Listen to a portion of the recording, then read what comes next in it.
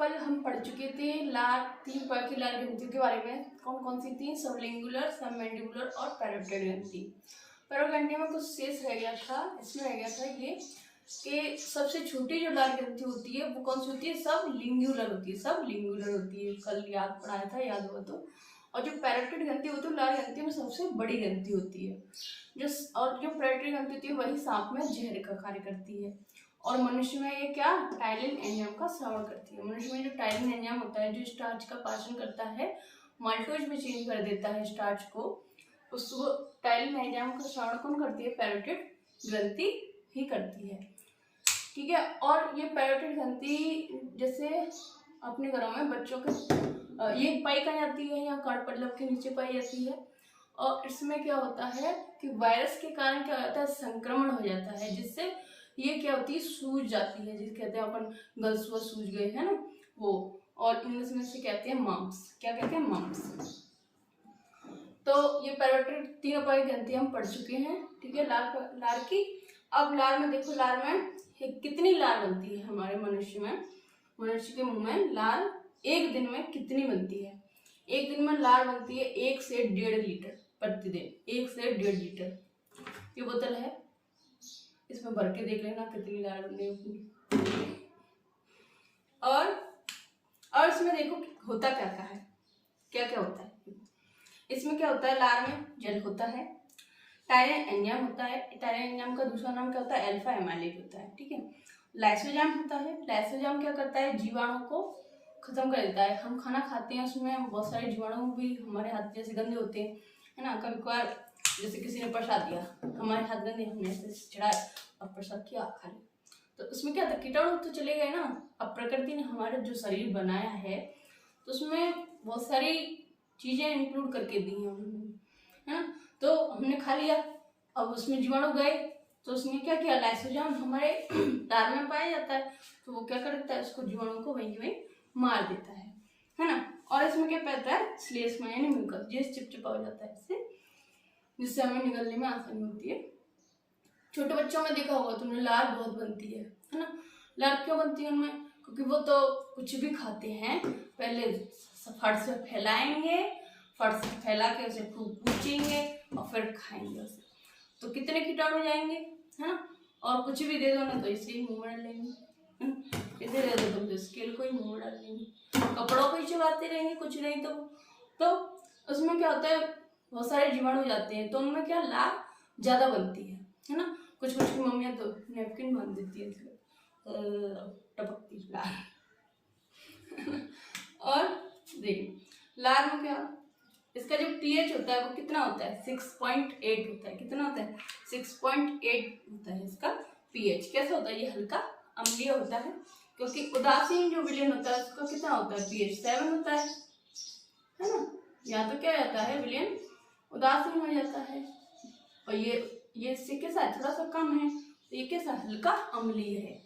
इसकी प्रकृति कैसी होगी? हल्की अम्लीय होगी। स्क्रीनशॉट लीजिए, इससे आगे मैं बताऊँ।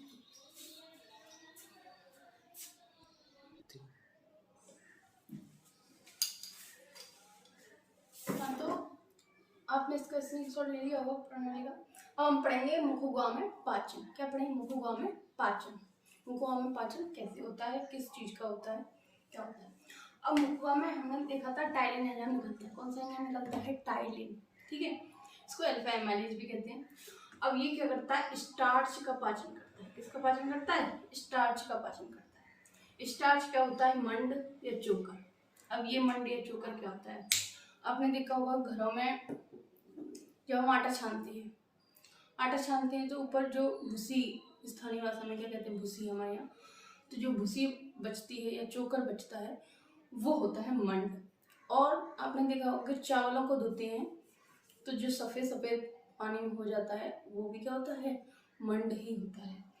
तो जो स्टार्च जो होता है या मंड होता है जो खाने में होता है, जिससे हमारे क्या होता है? शरीर का अच्छे से पाचन हो जाता है, उसका शरीर हमारे जो शरीर है उसे पचा लेता है। और अगर पूर्णतः हम अपने खाने में से स्टार्च या मंड को निकाल देंगे तो हम उसकी खाना नहीं पचा पाएंगे। जैसे मैदा होती है, मैदा में नहीं होता है मंड और स्टार्च मैदा में नहीं होता, लेकिन मैदा की आप 4-5 रोटी नहीं पचा सकते हो, नहीं पचा पाओगे ना, लेकिन वैसे आप 5-6 रोटी आराम से खा लेते हो, है ना। तो चोकर होना यानी मंड होना खाने में बहुत जरूरी होता है ना। तो वो जो स्टार्च या मंड या चोकर समझ में आ गए, है ना। अब इसका पाचन होता है ना मुखगुहा में, हम खाना खाएंगे, ये मुखगुहा है, इसमें लार निकलेगी, लार में से टाइलिन एंजाइम निकलेगा, और टाइलिन एंजाइम क्या हो गया, स्टार्च को किस में चेंज कर देगा, माल्टोज, ठीक है, स्टार्च को किस में चेंज कर देगा, माल्टोज। ये इससे सरल पदार्थ होता है, अभी ये और टूटेगा, आगे जाकर और टूटेगा, है ना। माल्टोज और डेक्सट्रिन में चेंज कर देता है, माल्टोज और डेक्सट्रिन में चेंज करता है। इसमें ग्लूकोज के 2 अणु होते हैं, इसमें 3 से 6 लगभग होते हैं, है ना। इतनी बात में, और इसमें एक लाइसोजाइम एंजाइम होता है जो खाने के साथ आए हुए जीवाणुओं को क्या कर देता है, नष्ट कर देता है, खाने के साथ आए हुए जीवाणुओं को क्या कर देता है, नष्ट कर देता है। कौन सा, लाइसोजाइम, कौन सा, लाइसोजाइम, ठीक है। अब हमने क्या किया, भोजन खाया, दांतों के द्वारा से चबाया गया कुछ के, ठीक है, और फिर उसमें लार मिल गई, अब वो खाना क्या बन गया, बोलस, क्या बन गया, बोलस, क्या बन गया, बोलस बन गया। जैसे आप खाना है ना, खाना खाते हैं, कभी कभी क्या आ जाता है, कंकड़ आ जाता है, बाल आ जाता है, तो हम क्या करते हैं, उसको निकालते हैं, देख के वो जो निकलता है ना मुंह में से, सादा खाया, वो बाल या कंकड़ आया, निकाल दिया, वो जो होता है ना, वो होता है बोलस, क्या होता है, बोलस होता है ना। अब मिठाई होती है तो खा जाते लोग वैसे निकाल के, और सादा होता है तो फेंक देते है ना, अच्छी चीज तो खा जाती है ना। अब बोलस क्या होता है, हमारे निगल द्वारा, है ना, निगल लिया जाता है, क्योंकि ये अर्ध ठोस पदार्थ बनता है, सॉफ्ट बन जाता है, किससे, लार के माध्यम से, है ना। अब क्या निगलदार द्वारा ग्रसनी से होते हुए क्या पहुंच जाता है, ग्रासनाल में पहुंच जाता है, ग्रासनाल से क्या पहुंच जाता है, आमाशय में पहुंच जाता है, ठीक है। अब भोजन के निगलने की क्रिया को क्या कहते हैं, डिग्लूटिनेशन कहते हैं, क्या कहते हैं, डिग्लूटिशन कहते हैं, डिग्लूटिशन, क्या कहते हैं, डिग्लूटिशन। भोजन जो निगलने की क्रिया होती है उसे कहते हैं डिग्लूटिशन, ठीक है। स्क्रीनशॉट ले लीजिए, आगे बढ़ते हैं।